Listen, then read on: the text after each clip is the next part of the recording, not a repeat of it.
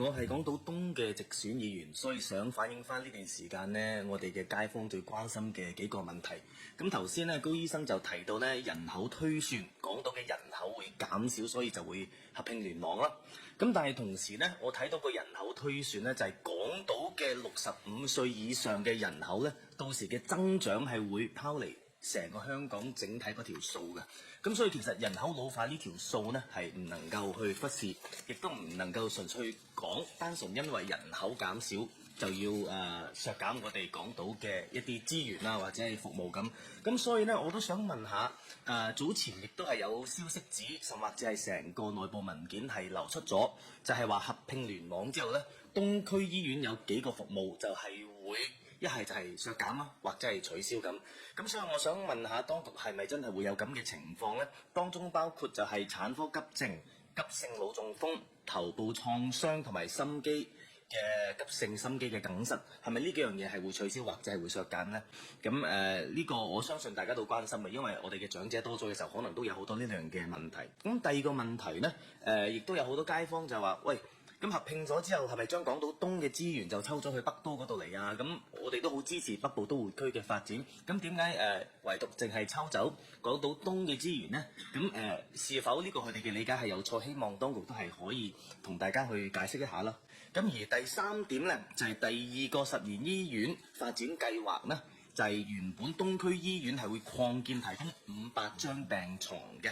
咁如今呢，亦都有消息指係會擱置。咁我想當局亦都去解釋一下，係咪會有咁嘅情況，同埋當中嘅原因係點解呢？唔該晒。好多謝局長。係主席，我就住港島個人口啦嚇，咁其實咧就呢個都唔係話推算嘅，其實由而家嘅數字都可以睇到咧，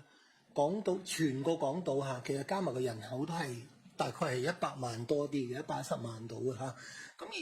而家係分咗兩個聯網嘅，西同東嚇，每一個咧其實個人口都係喺60萬到或者甚至唔夠60萬添。相對其他嘅聯網咧，而家唔係講推算，本身已經係其他嘅聯網基本上都係100萬或者以上㗎啦。咁所以其實由而家睇咧，就香港島兩個聯網咧都係同其他聯網個人口比例係真係唔相稱，係兩個東西加埋咧先至係同其他嘅聯網一個聯網係個人口相若嘅嚇。咁所以點解我哋係覺得呢個係時候去到啦，就唔好講話將來新界尤其是北部都會區個發展啊各樣嘢嗰個咁啊，所以點解新界方面我哋會考慮咧，由兩個就變成可能考慮要多建一個聯網3個先得。如果唔係咧，某啲聯網就50萬，某啲聯網就200萬，咁呢個係完全唔合理嘅一個安排。呢個我相信好容易理解嘅啫。至於其他嘅嗰啲咧，等陣間高醫生會答啦。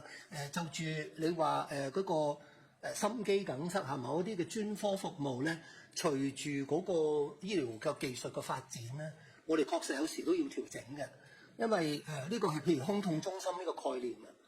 啊，國家胸痛中心咧有一套標準嘅，要係將一啲資源集中喺某啲嘅醫院咧，從而係提供一個24小時嘅無間斷嘅一個特別嘅處理胸痛病人嘅服務嘅。呢個服務咧會提升咗處理急性心梗塞心肌梗塞嗰個，即係話突然嘅心臟病發，佢係會提升到病人嗰個治療效率嘅。咁呢個係好重要嘅嚇，我哋要集中啲資源啊！我哋會喺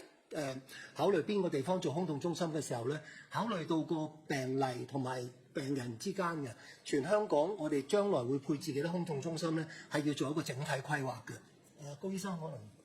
係高醫生。多謝主席。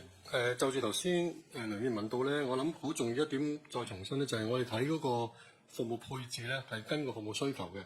咁所以如果服務需求喺邊一區，我哋當然就仲要提供個服務俾佢哋啦。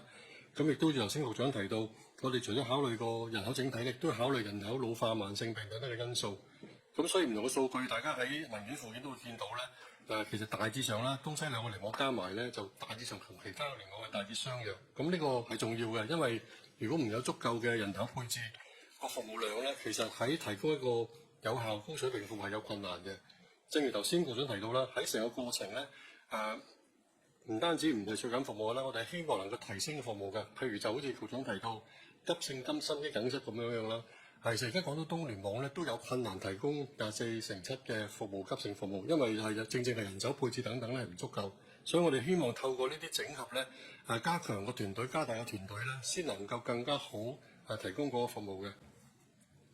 仲有唔該晒500個病床未覆喎，係咪會即係500個病床嗰度係會擱置500個病床。我覺得呢個我哋喺上一次嘅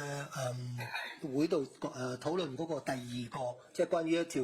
提問係第二個醫院發展計劃咧，我哋已經解釋咗啦。因為個人口改變嘅時候咧，我哋會重新去考慮嘅。第二個醫院發展呢個東區嘅加500個病床咧，其實係講緊啲日間病床啦，同埋係基於一個2014年人口。大家諗下，2014係11年前嘅人口，去推算2003年嘅數字，我哋會好快有2021年嘅真正嘅人口嘅數字，從而係推算2040嘅數字。所以我哋個第二個醫院發展計劃咧，冇可能再根據翻2014嘅數字去到作一個推算㗎啦嚇。咁呢個係一個